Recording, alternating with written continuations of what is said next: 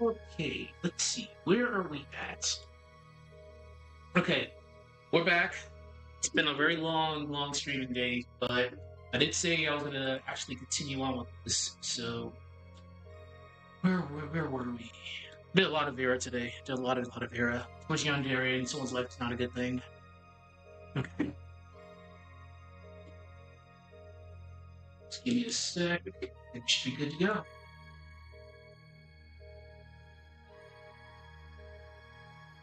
Hmm. All right. Just notes.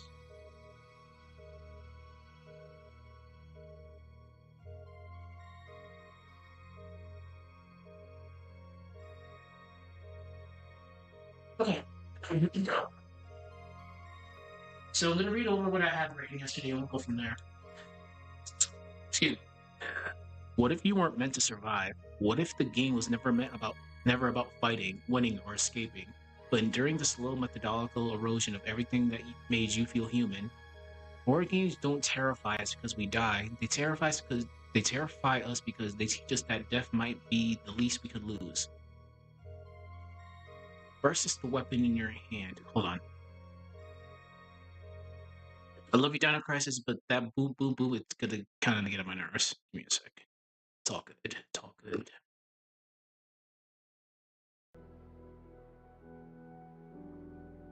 Okay, it's fine. Okay. They terrify us because they don't teach us that death might be the least we could lose. First is the weapon in your hand, then it's the light in the hallway, then it's your name, your memories, your shape. Freedom is the freedom to say that 2 plus 2 make 4. If that is granted, all else follows. George Orwell, 1984. In 1984, Orwell wasn't talking about math, he was talking about agency, about the brutal machinery of systems that don't just control your actions, but that dictate truth, memory, and even identity. In horror games, this control becomes the engine of fear, not through combat or monsters, but through disorientation, silence, and helplessness, until you forget what it felt like to ever be in control. Everything you relied on, logic, movement, even vision, becomes a weapon turned against you. Every design is deliberate, every absence is presence. Every step forward is another piece lost to the dark, and if you stay, it will take you deeper. We'll explore how horror games strip away power, layer by layer, until fear isn't just what you feel, it's something you become. You will scream, you will oh my god. You will scream, run, and maybe you survive, but you'll never walk away whole. What was I even thinking right in that one? There's a unique kind of horror that does not scream, it whispers. It doesn't leap at you with sharpened claws, but slowly encroaches, eroding your sense of control until you realize that you were never the one in charge. That's the horror of powerlessness, slow, deliberate, and all-consuming. It doesn't just frighten you, it breaks you. This is the kind of horror we find in games that rob the player of an agency, not by mistake, but by design, where the inability to act isn't a flaw, but the point, where survival is not achieved through domination or strength but through endurance, submission, and suffering. These are the spaces where horror thrives, not in chaos, but in control's absence. Horror games have always been trafficked in fear, but it's not the monsters that linger, it's the silence after, the locked door, the broken gun, the breath you didn't realize you were holding in. In these moments when choice is stripped away, when the interface betrays you and the game world tightens in, you feel something raw, something real. Because horror at its most effective isn't about what you see, it's about what you can't do. Okay, that's why is that? Okay, I was about to say. I was like, oh, please don't do that. All right. Let's get started. Let's see.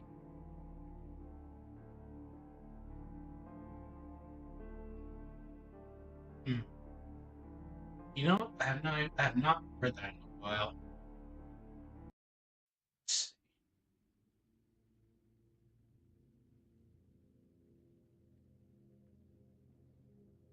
Give me a sec. So I'm going through Silent Hill today. All right.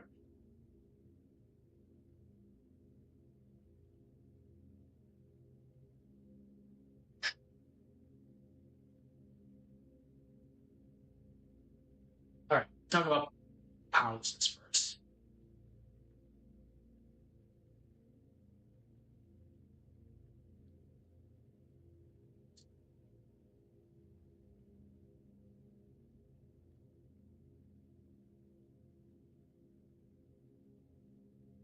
Well, from like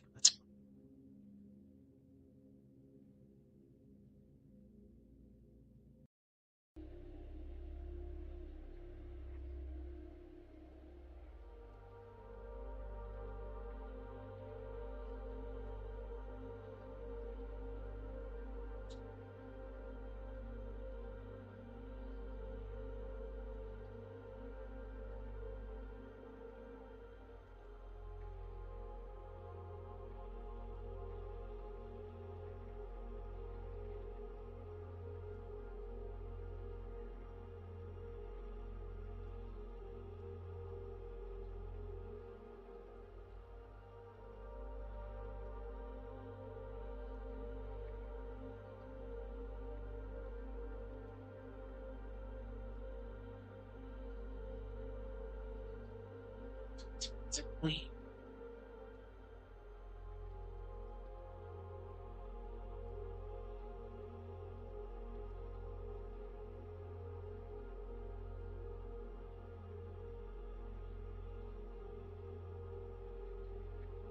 We're definitely not gonna have a video release for like the next like 5 days because I just started this on script writing. This is gonna be done probably in like 2 days, maybe. The Vera one, I finally finished that outline. That was ugh, I don't even want to know how long that one's gonna be. But for the most part, maybe 3, 4 days we'll have a video out.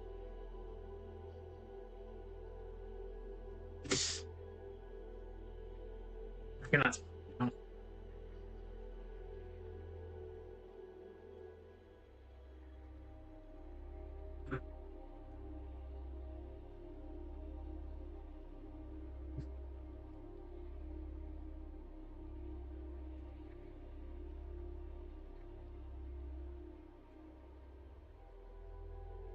Mm.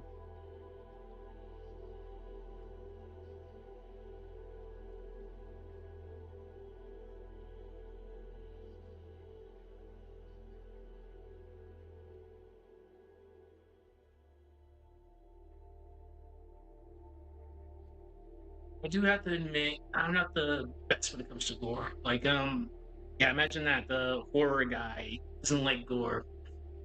It's mostly because I admit I get squeamish. I'd rather not see like blood and guts just like all getting bukkake in my face. I'm like, no, no, thank you. Like, I'm more of a slow build up type of guy. I'd rather not like get oh look at that shit. I really no, no, no, no.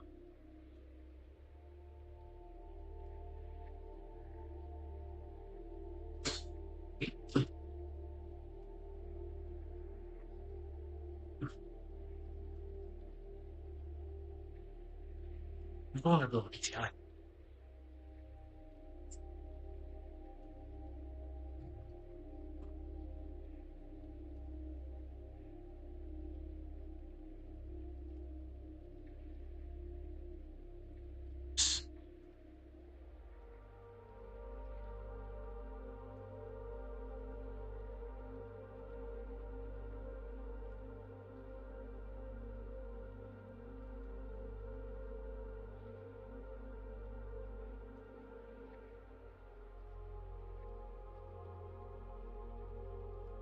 Yeah, we can actually introduce this now.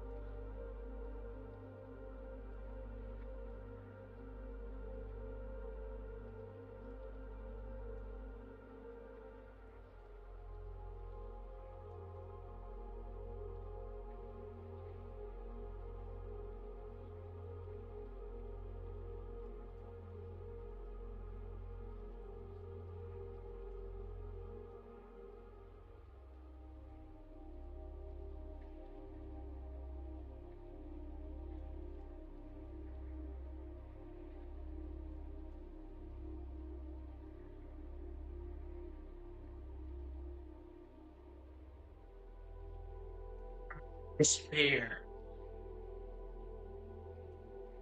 Okay, let's see how this paragraph sounds. Then we can actually start talking about them. Okay, let's see. Uh, Powerlessness is the heart of horror. It is the slow, suffocating realization that control is slipping away through your fingers.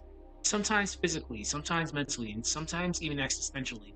Horror games do not merely frighten us with monsters or gore. They haunt us by confronting us with our own limitations and vulnerabilities. These limitations can be divided into three haunting facets. facets. Yeah. Physical, psychological, and existential powerlessness. Each one chips away at the player's sense of agency, plunging them deeper into despair and dread. Okay, that's good. Now we can actually start talking about it.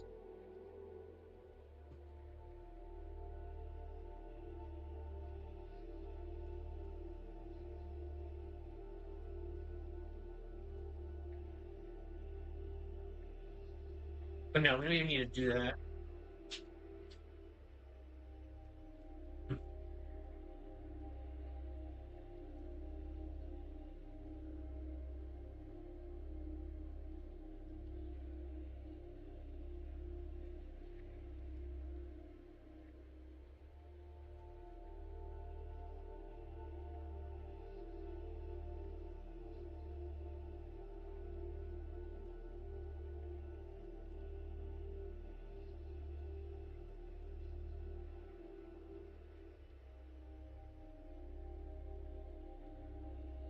Fear of being unable to defend yourself.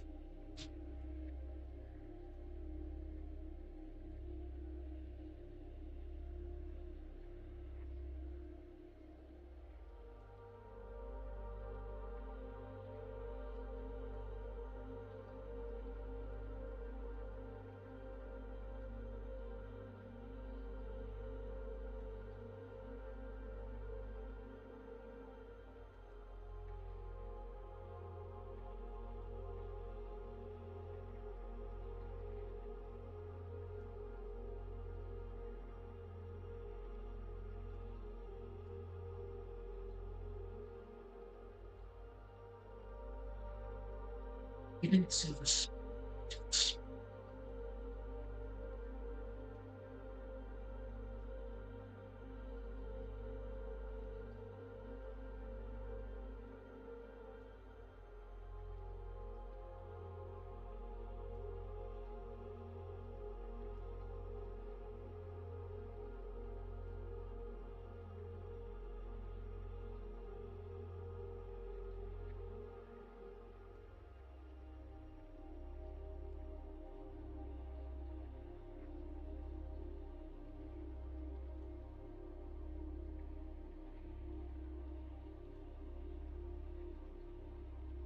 So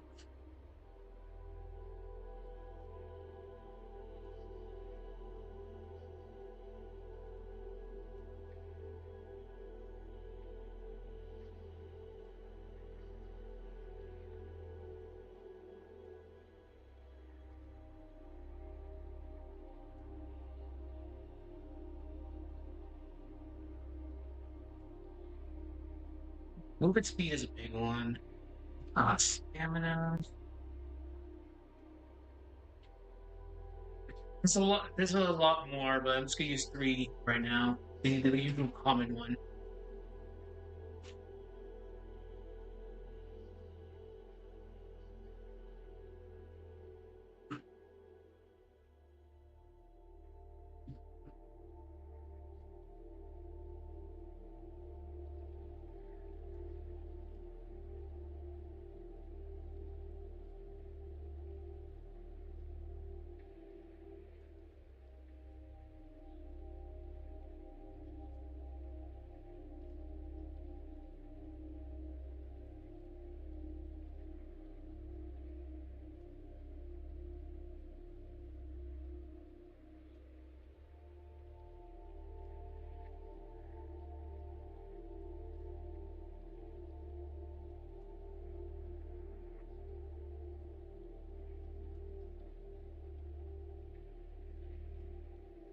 Okay, that's good.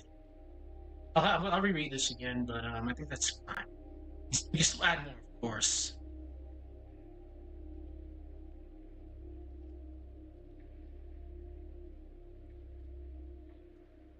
Hold on. At its most intimate level, powerlessness hits where survival is most primal. Our bodies, the fear of being unable to defend oneself, to run from danger, or even to respond, triggers an instinctual alarm within us. This is the terror born from our fragile mortality. In horror games, this manifests through deliberate loss of movement speed. Always proofread, movement speed, stamina, or access to reliable weapons. The player who expects to be capable and resilient is suddenly forced into vulnerability. So we can give an example. We can give an example of that.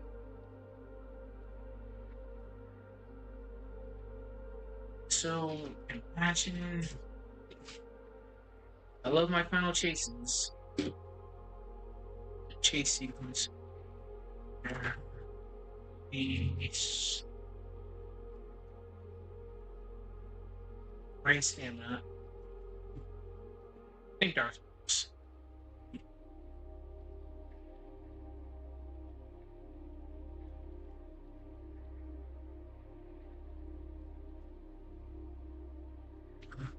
Or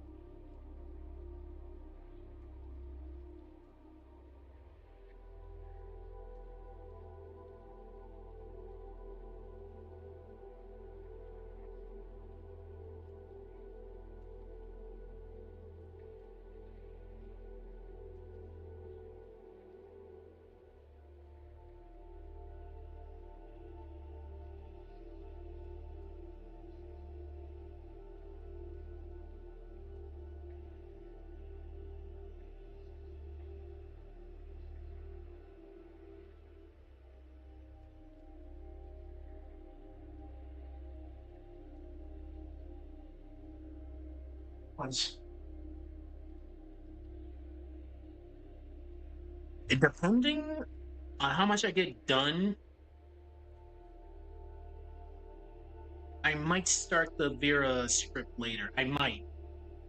There was some shenanigans last night. I was gonna come back, but someone's vape set off the fire alarm, so we had to evacuate. It was annoying. I still don't get the appeal of vapes. I probably never will. Says the drunkard, but I've seen people fight over vapes. It's pretty crazy. I owed a buddy of mine two vapes because he gave me a monster when I was in the field. I was like, dude, just give me a fucking monster. I'll give you like two vapes. It's like, and those two vapes cost me $60. I'm like, God damn, fuck, ew. Okay.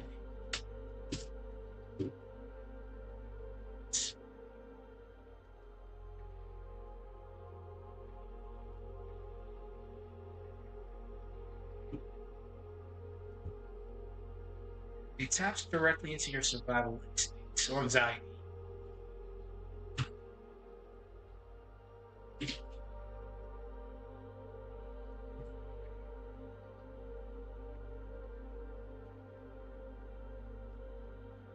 So, I don't know about you guys, but my mind would start panicking. A good example is when I'm shooting my M4 and my M4 just jams and I can't clear the jam. I'm like, oh shit. Well, damn. It looks like I don't have a weapon now.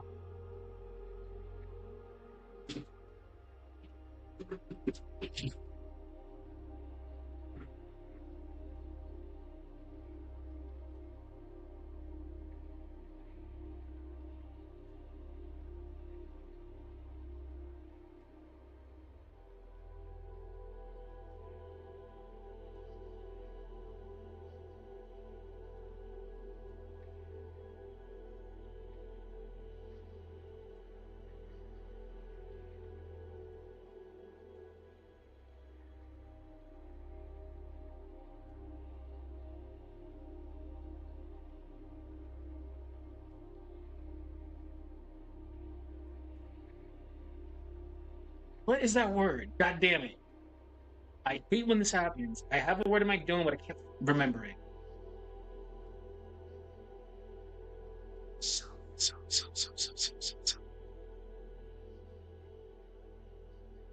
You know, I'm gonna finish streaming this, then I'm gonna remember it and be like, bro, what the hell?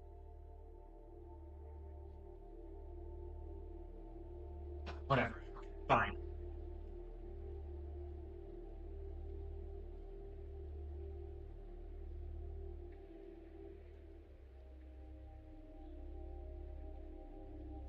Preservation. There we go. Ugh. Self-preservation. Oh yeah, I was gonna get ticked off like that.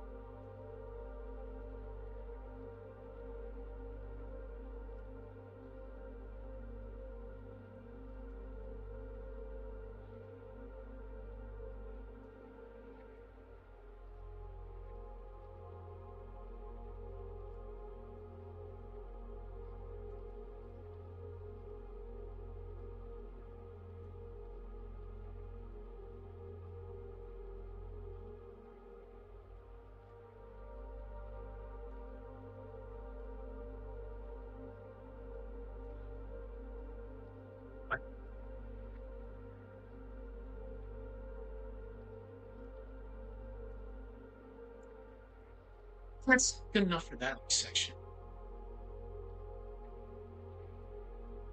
Hold on. At its most immediate level, powerlessness hits where survival is most primal, our bodies. The fear of being unable to defend oneself, to run from danger, or even to respond, triggers an instinctual alarm within us. The terror born from our fragile mortality. In horror games, this manifests through deliberate loss of movement and speed, stamina, or access to reliable weapons. The player who expects to be capable and resilient is suddenly forced into vulnerability. Imagine a chase sequence where every sprint drains stamina rapidly. Dark Souls, or the echo of an empty weapon's click. There is no salvation in firepower here. The body becomes a liability rather than a fortress. This physical disempowerment taps directly into survival anxiety. I might actually just change that to instinct. Our minds scream in panic. We become vulnerable when our methods of self-preservation get hampered. It is not just the threat that terrifies, it's the knowledge that our very capacity to fight back is slipping away. I like it. I might change anxiety just to survival instincts. Okay, we can talk about psychological powerlessness now. So this one, excuse me, this one physical powerlessness ties into the SCP aspect. Psychological is going to be Tormented Souls, and Existential is going to be Alisa. Also, shout out to indie games because this is all indie games. The Stalker one was pretty much all Capcom, which that was not intentional. I'm like, oh yeah, Haunting Down was a Capcom game. What the hell? Then again, it makes sense because Fiona is just Jill. It's just Jill's model and face, just blonde. Battlesuit Jill before Battlesuit Jill. Okay. So this is psychological powerlessness now. Hmm. What do you want to start this? Again, I do want to try to start the Vera script writing. That one's gonna be a lengthy one, but we'll get as much done here as we can. Then again, tomorrow I'll double down. Like we've done a lot of streams today. We definitely have done a lot of streams. But again, don't be expecting the video for like at least another 4 days because I need to really like double down on all this. It's gonna take a while.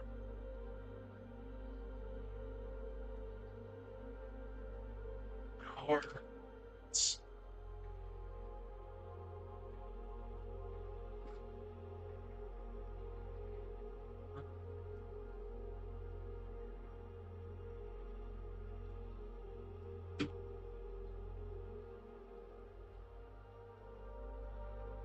I'm gonna be cute. Most intimate and sacred sanctuary.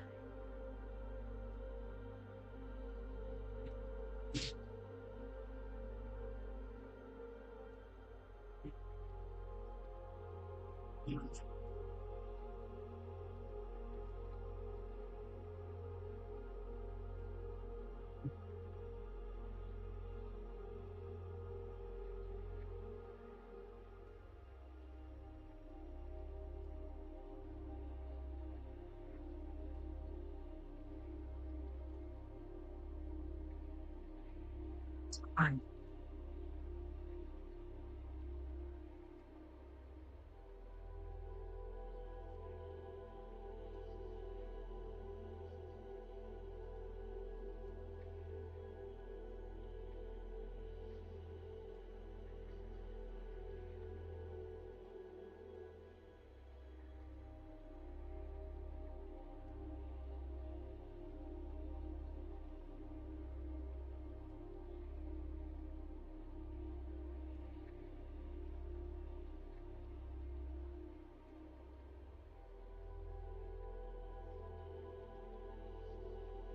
Amnesia.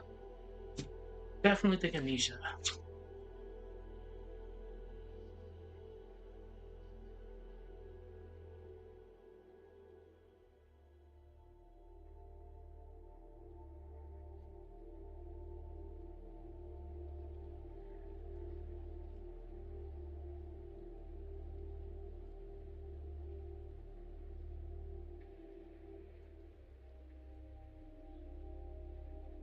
Idiots. Alright. The horror does not stop at the flesh, it creeps into the mind, the most intimate and sacred sanctuary, turning the player's own perception into a battlefield. Psychological powerlessness is the shattering of trust in one's own memories, senses, and identity. When the mind becomes unreliable, horror strikes with a unique, insidious cruelty. Insidious is a very funny word. Very funny one.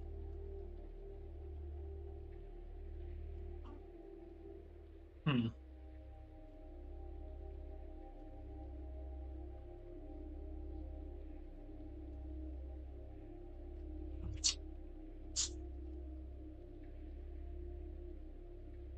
This is rare, but it does happen. Things that distort timelines, fracture realities. It's also rare, but it does happen. Realities. Uh, more these.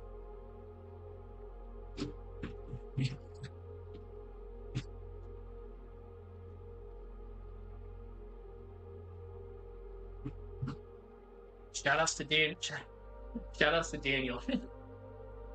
But yeah, amnesia. Definitely amnesia is a big one here.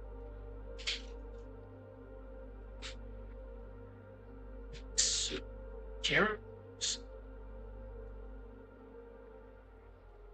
What the fuck? Oh.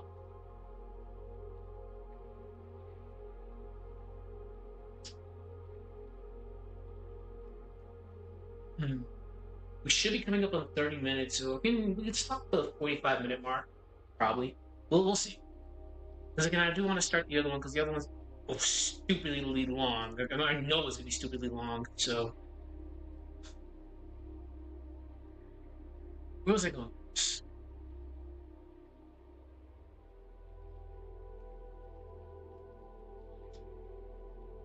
Memories. Memories may be false.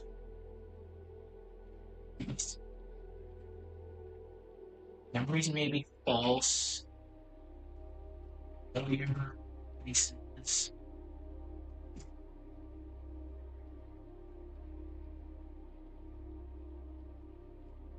Layers of fear.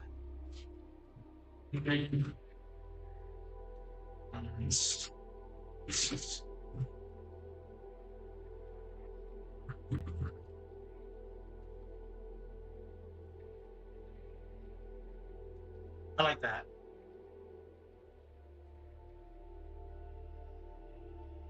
So in a sense, powerlessness is going to be internalized. So we're literally trapped in our own minds.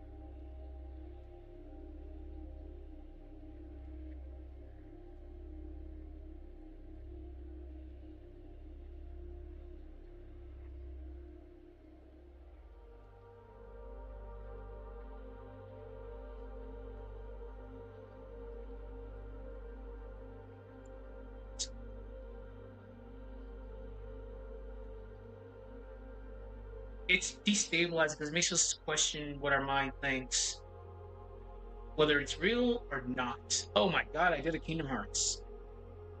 Wow, I just did a Kingdom Hearts.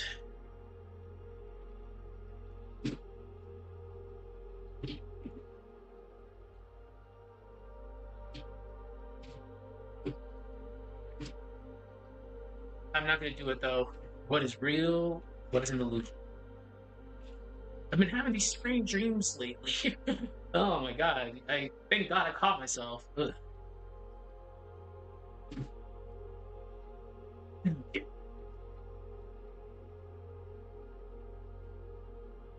So in a sense, later no longer commands their stories.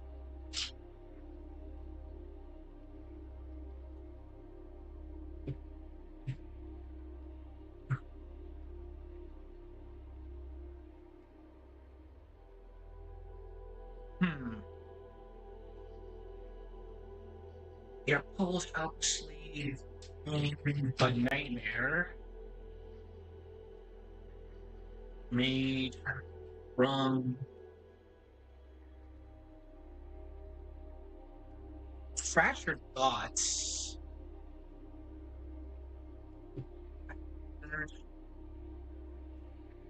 Thoughts.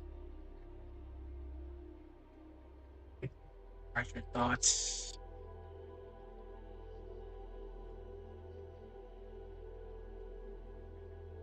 Okay.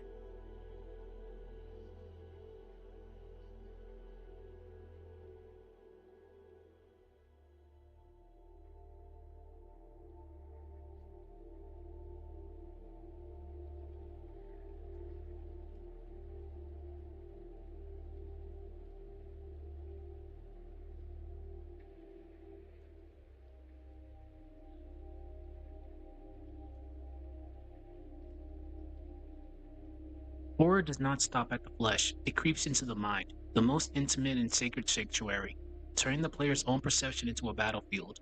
Psychological powerlessness is shattering of trust in one's own memories, senses, and identities. When the mind becomes unreliable, horror strikes with a unique insidious cruelty. Games that distort timelines, fractured realities, or twisted identities force the player into a role of the unreliable narrator. Games that distort timelines, fracture realities, or twist identities force the player into the role of the unreliable narrator. Memories may be false, familiar places work beyond recognition, and even one's self itself becomes a shifting mirage. Here, powerlessness is internalized. Players trapped with a mind they cannot trust. This form of disempowerment is deeply destabilizing. It questions the very nature of what is real and what is illusion. The player no longer commands their story. They are pulled helplessly through a nightmare made from fractured thoughts and erased truths. This breeds a profound dread, one that lingers when the immediate threats have passed. I think that's good. I think that's good. And it's good. It's good that I wrote it that way just because we can cross-reference a lot of other like horror games. Because this is primarily going to be focused on Containment Breach, Containment Breach, Tormented Souls, and Alisa, D&D guys. Okay. The existential portion of it.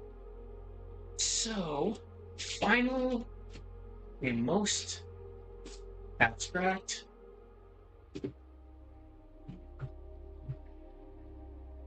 powerlessness is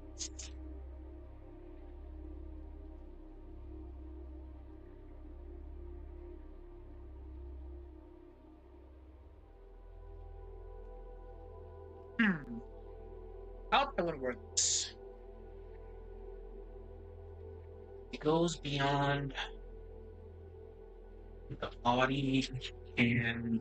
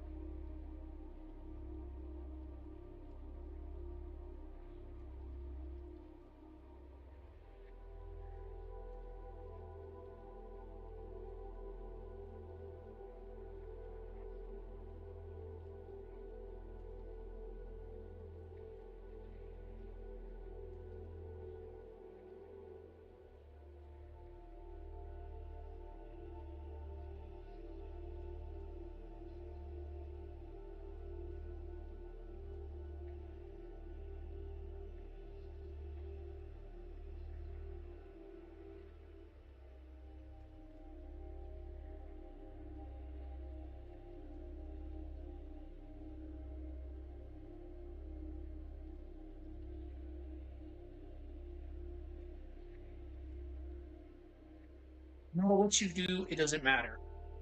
That's what it is. That's what cosmic horror is. No matter what you do, no matter how hard you struggle, it's all meaningless in the end.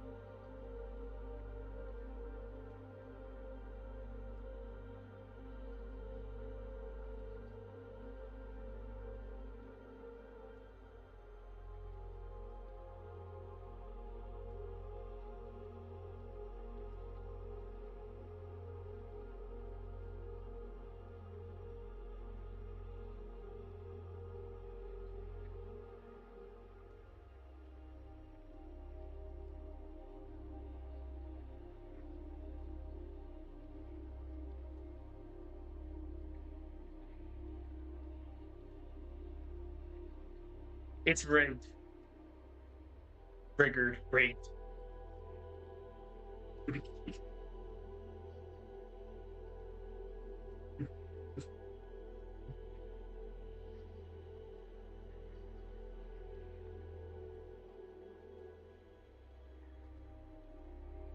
I'm going a little bit too much detail for that, but it's fine. So, uh, yada yada yada. So, every struggle, every choice, every hope becomes a futile gesture against an overwhelming. Kind of went a little bit too descriptive here, but y'all will get it. So, since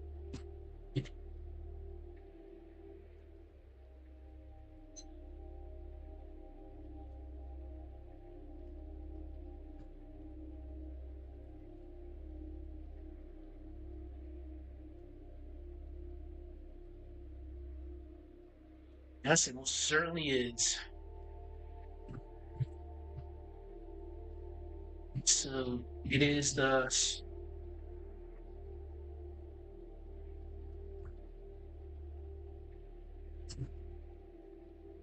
It's pretty much that fate is not in our hands. And the universe is literally out to fucking get us. But I'm gonna obviously not gonna word it that way. It's a realization that fate is not in our hands. Universe.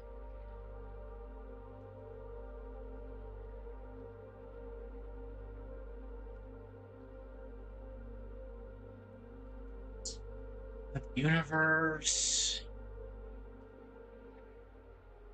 Machinations. Right? No.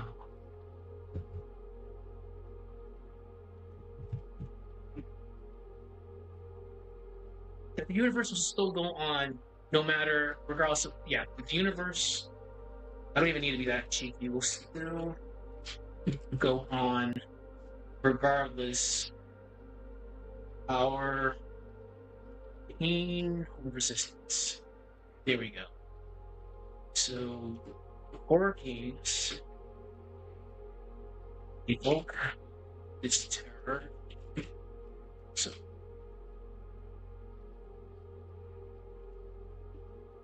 horror games evoke this terror often.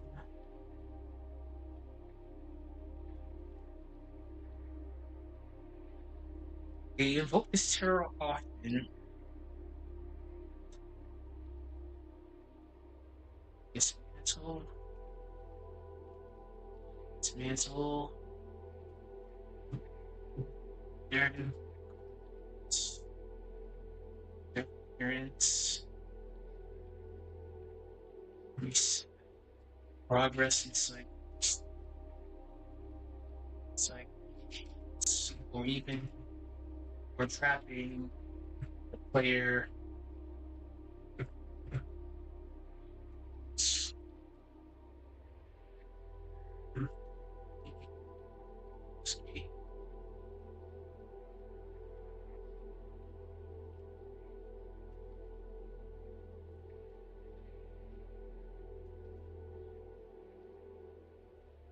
I'll fix that in a second.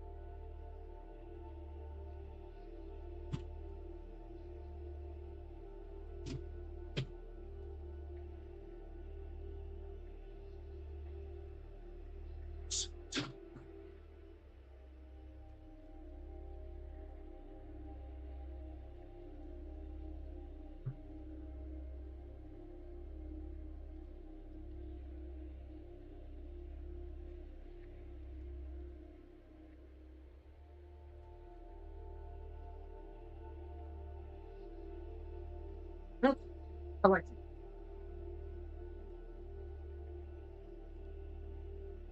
I'll have to go over this again just to be on the safe side, but I think what we have so far is pretty good. But we'll have to do a transitionary sentence. Let's write the transitionary sentence first, and we can read over this. So understanding. Wait, no. We can let's read this first, then I'll do the transitionary sentence afterwards. The final and most abstract face of powerlessness is existential. It goes beyond body and mind, plunging into a chasm of meaninglessness itself. Ugh, that's gonna be a tongue twister. It goes beyond the body and the mind, plunging into a chasm of meaninglessness itself. This is a form of cosmic horror, and no matter what you do, it's all meaningless in the end.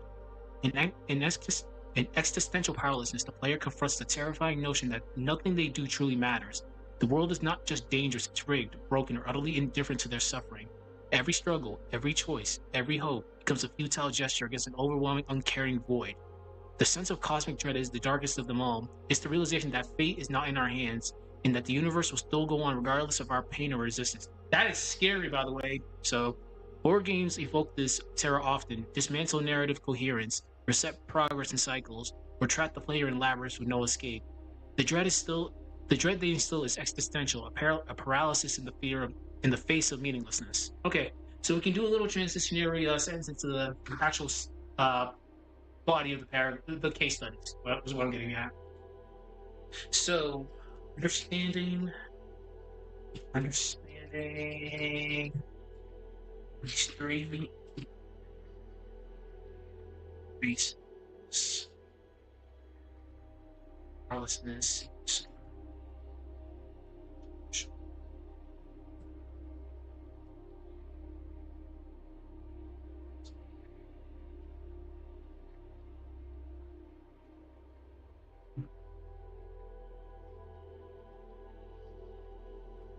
Backing up what's going right now.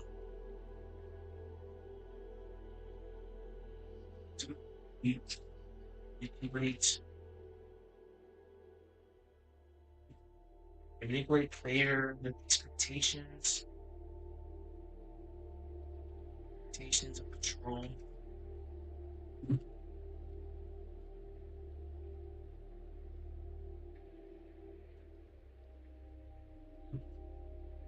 and agency. So, in the next section, we will explore meanings, the purpose,